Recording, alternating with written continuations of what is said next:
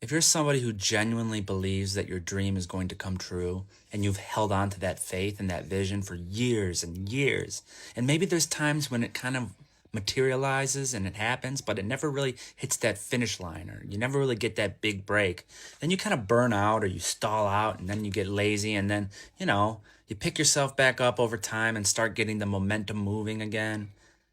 And then, in your heart, you're like, this is gonna happen. It's meant to be. Like you have that faith.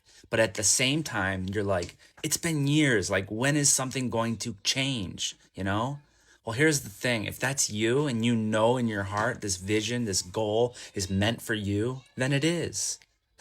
It's meant for you and it will happen.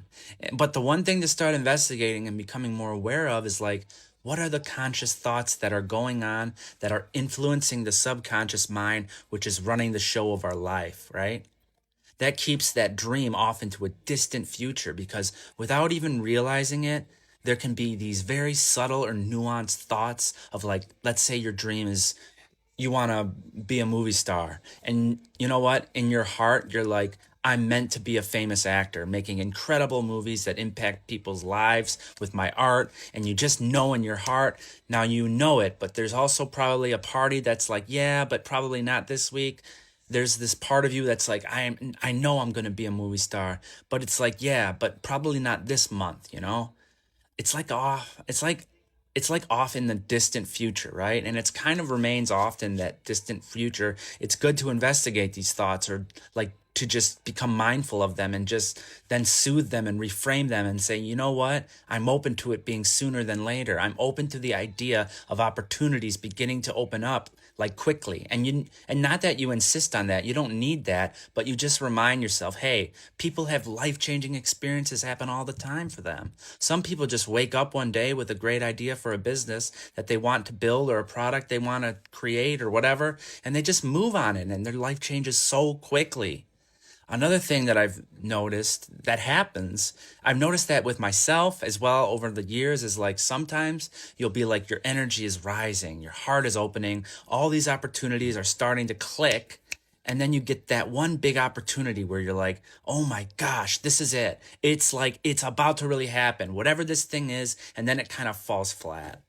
And then what happens is that we go back to the lack. We go back to the thought of like, oh my gosh, that was the one rare opportunity, and we influence our subconscious mind to say, oh, that was your one shot and you missed it. You missed it. But what you could also do, which is much more empowering and keeps the channels open, is you could look at that as like, well, you know what? My energy was rising. I was visualizing. I was meditating. I was taking inspired action. Things were clicking. And even though that thing didn't reach the full finish line, like let's say you had been auditioning for this major movie and you're about to be the star of this new Marvel movie or whatever it was, right? Going off of the actor example, and then last second it just didn't happen. Now insist of going, oh God, this is such a rare opportunity. You could instead say, well, you know what? This was an example of what's materializing around me as I remain in this flow. And that this is one of the many possibilities that now exist on the wavelength that I've entered. But instead, we don't really do that, do we? We don't remain in that wavelength. We go back by thinking, oh shoot, that was like one rare thing. It's like, if you want to fall in love, that's your big dream.